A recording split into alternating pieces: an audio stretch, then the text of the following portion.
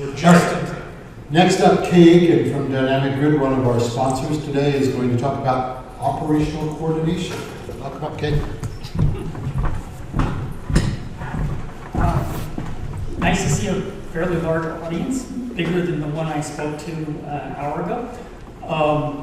So I'm Aikin, and I run a company, CEO of a company called Dynamic Grid. We do microcontrollers, DERM systems for utilities, and my particular focus is not only on regulatory, but also coordination and distribution.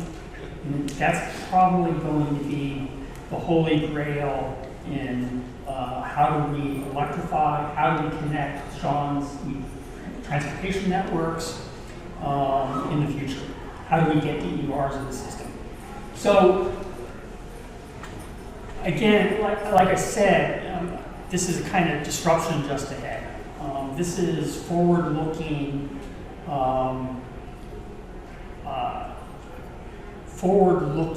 in the next 3, 4, 5 years as we electrify, as we add EVs, as we see more and more constraints on the system. Operational challenges for utilities are going to expand. Utilities are starting, and I have a graphic right after this, which really illustrates the problems that they're seeing now. So this is a new initiative in the state of Maine for integrated distribution planning. And this was just published less than 2 weeks ago in a docket. And this is focused on Central Maine Power. We have 2 utilities in the state. Well, 2 utilities plus some unis. And by 2034, they show that 41% of the distribution substation transformers will have thermal constraint. So that means they're over capacity. They will either have to be replaced or you will not be able to interconnect. 330 miles of distribution circuit will have to have full rebuilds. 11% of transmission transformers are going to have to be replaced. In the summer, almost as bad. 32% will have thermal violations on the distribution sector. Little tidbit about Maine, which is a case in point here, we have the largest penetration of heat pumps in the nation. We have a very, very aggressive heat pump electrification program. I think the number is up to, in the last 5 years, we've installed about 120,000 heat pumps, and that's in a state of only 1.5 million people. So very high per capita. Voltage violations are also a problem. Voltage violations are typically driven by the connection of DERs. I have a project in Maine where there's 27 or 28 megawatts of DER in the interconnection queue on a particular substation. And even having 1 or 2 of those will drive a voltage violation, which means you don't interconnect. So that is opportunity lost. That is DER on land with a willing developer who cannot install his project. What was that? Okay. It's news. All right, just don't join. Oh, don't join. Okay. Just hit the X. Hit the X. Is it touchscreen? No. Use the point stick. Or down.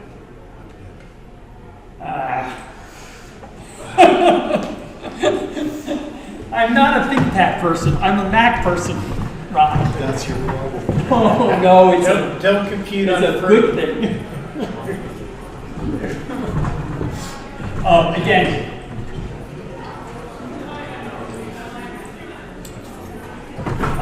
Again, I'm just highlighting this 41% and 32%. Rough numbers, this is for the state of Maine, roughly between $2 and $3 billion of infrastructure improvements need to be done in the next 10 years. One of our emeritus members has one of the best studies, and unfortunately it's proprietary data. Doug Hausman is a gentleman's name from 1898 Corporation. He shows that the U.S. distribution network, if we truly electrify, so it's transportation electrification and heat pumps, et cetera, heating electrification, we will need $10 trillion worth of distribution level infrastructure improvements.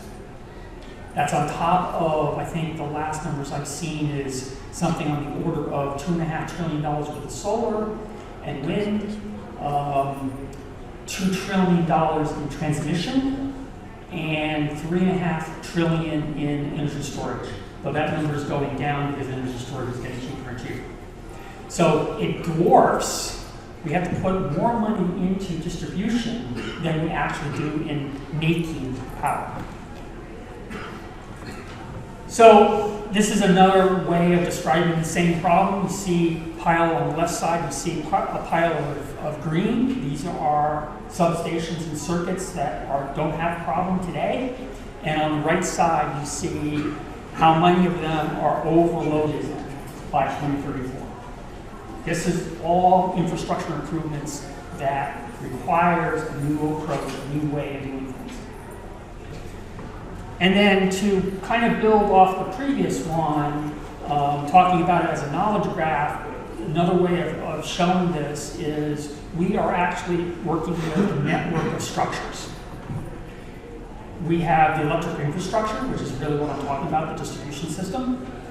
You have a digital infrastructure, which is going to be our controls. The control structure, which is digital superstructure, is the bits going back and forth, and the control structure is how you do it. Convergent networks like gas systems, the transportation system with fleet electrification, the industry structure, which is the business models for utilities, and then the regulatory structure. To me, some of the biggest ones are really the three on the left, which is the electrical infrastructure. We're going to have to put money into it. Industry structure is we have to get utilities to be incentivized in new ways. And then the regulatory structure is what has to really force that change in business models for utilities. But all of these are interdependent. You can't turn one knob. You can't say, hey, guess what? We're going to put in a digital superstructure throughout the whole system. We're going to have all of these wires, black fiber, all of these great things, and that's going to be the silver bullet, and that's going to make it work. We actually have to have a holistic solution to how we coordinate all these things because they're interdependent. So to get to the idea of operational coordination, many of you might have heard FERC 2222. And FERC 2222 said, FERC rule said that aggregations of 100 kilowatts or greater had to be able to be market participants, all right, in the ISO markets, in the regional markets, the RTO, ISOs and RTOs. Well, for an operational utility, call it a distribution system operator, maybe not, that creates all these problems because now you've got some entity sitting inside your distribution system that is working in a market outside of the distribution system. How do you manage that? That's operational coordination.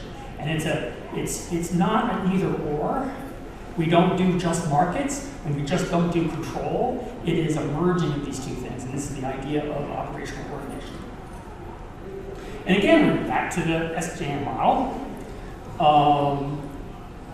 We need to be able to enable grid services for those DERs, both DERs in the traditional sense of a solar project or a wind project sitting on a distribution network, but also less traditional, which would be storage, which can be both generation and load, and also the loads. How do we coordinate those at scale to support the distribution grid, but also be able to play in the market?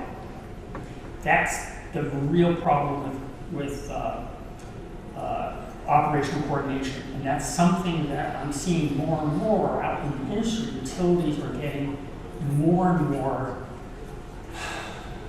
I'll say nervous, but maybe they're more scared than anything else, is they don't know how they're going to solve this problem.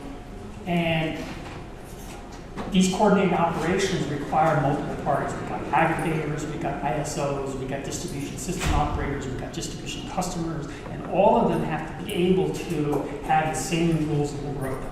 They have to be able to know how they're going to interact with this general overall system. So we've got market coordination, we've got DER coordination, and then on the bottom level is the operational coordination. Is how does the utility actually act as the hub to manage all of these things. And currently, this is a graphic from Pacific Northwest National Laboratory. And is that going to be deployed? That's sent out? It's what P&L is working on. They're working on it right now? We have a draft available for It's in draft available for comment. You've got these multiple layers. On the right-hand side is the coordination aspects, and in the center is the different stakeholders involved. And there's these interconnections, these interdependencies between all of them. And then there is the information exchange or the coordination connections between them. But there's currently a coordination gap, and that is between aggregator systems. Aggregator systems work in the market, but don't actually talk to the distribution utilities. And the DO-DSO systems, which are the operational coordination of the utilities, is how do you get the aggregator to have enough visibility into the circuit so that it can manage effectively? And how does the utility get enough information on what the aggregator is doing in the market so that they can understand, is my transformer going to blow up tomorrow? They don't know. So this is a gap that is really, really important that the industry can start solving. Today, and what it's been like since the beginning of time of electricity, that is before electricity, BE. Make it up, okay. We had customers who were just reacting to tariffs. They were reacting to, they might be doing demand side management behind their meter.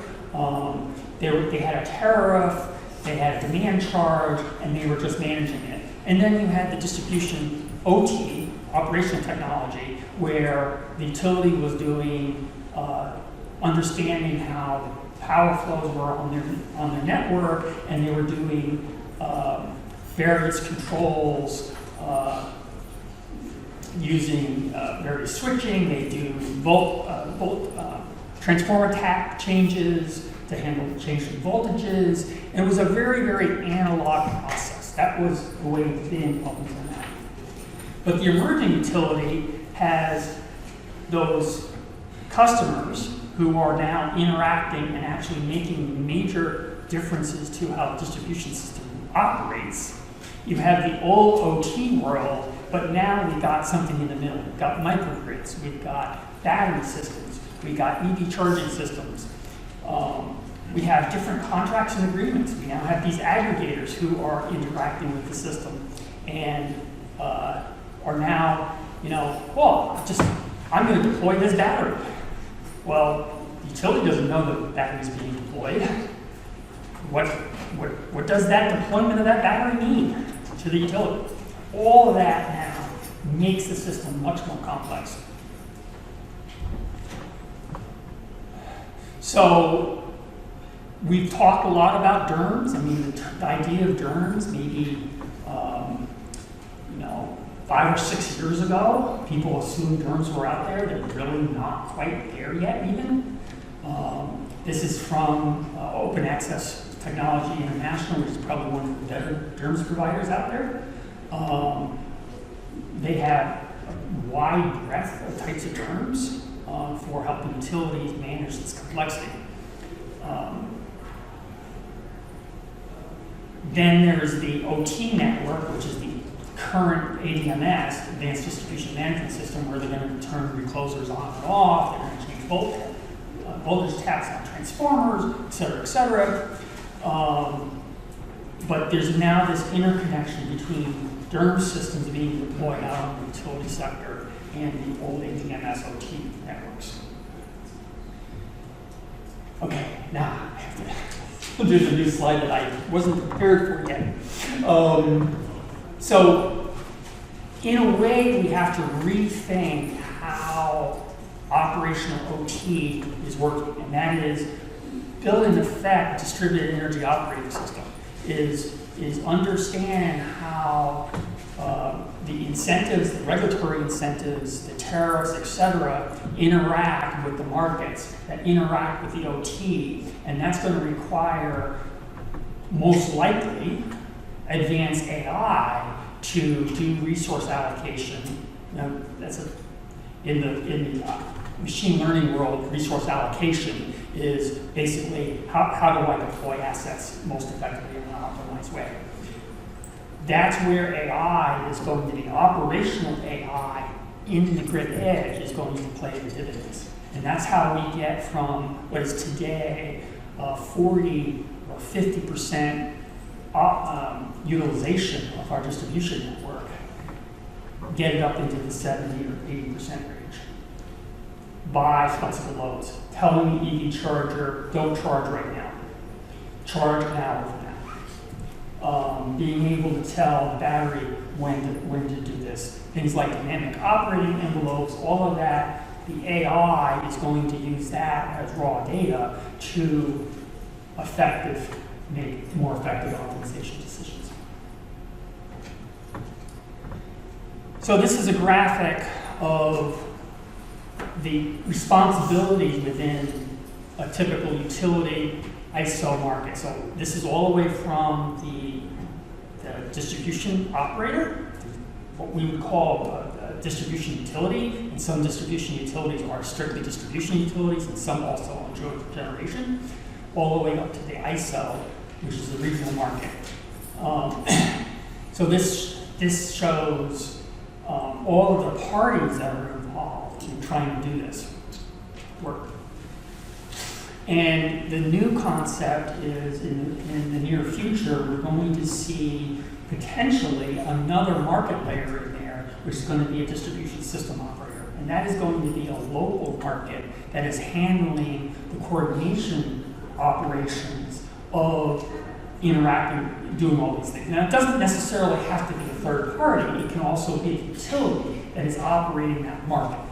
That way of coordinating all these different resources.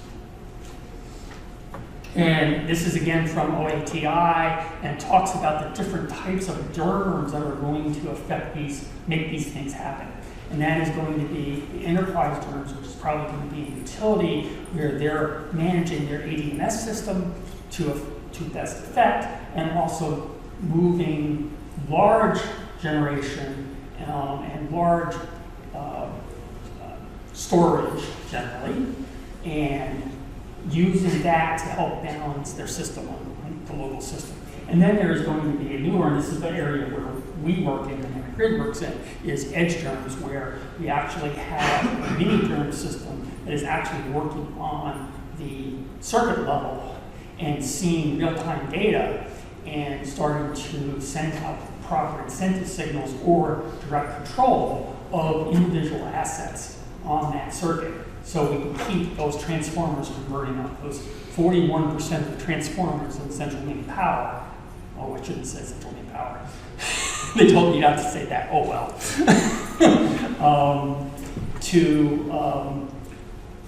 Keep the infrastructure from burning up.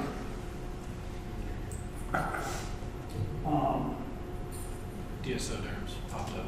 Yeah, DSO DERMS popped up. So one of those ways of affecting that coordination is using what would be called not an enterprise DERM, not an edge DERM, but a DSO DERMS.